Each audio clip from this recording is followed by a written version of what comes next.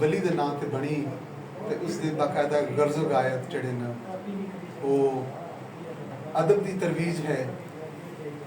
ते पंजाब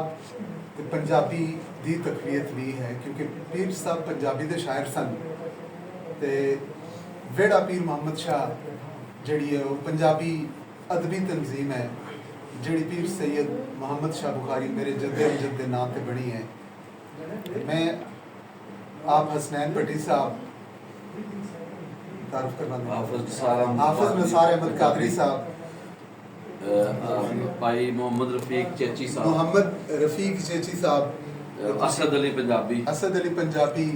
मेरे साहबजादे भी इतने बैठे ने, सैयद अली रजा, सैयद हैदर रजा, तो इस तो अलावा तलाल हाशमी साहब जेलम तो माशाल्लाह नाज़म जेलम, ते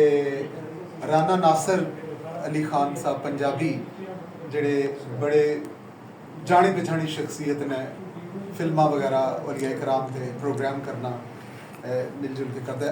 मैं अपने वालों तुसी सब पुराने वेलकम करना, जी आया कहना, तो अल्लाह पाक बेहतरी करे तो इंशाल्लाह असीं इस चीज़ का आगाज़ करते हैं।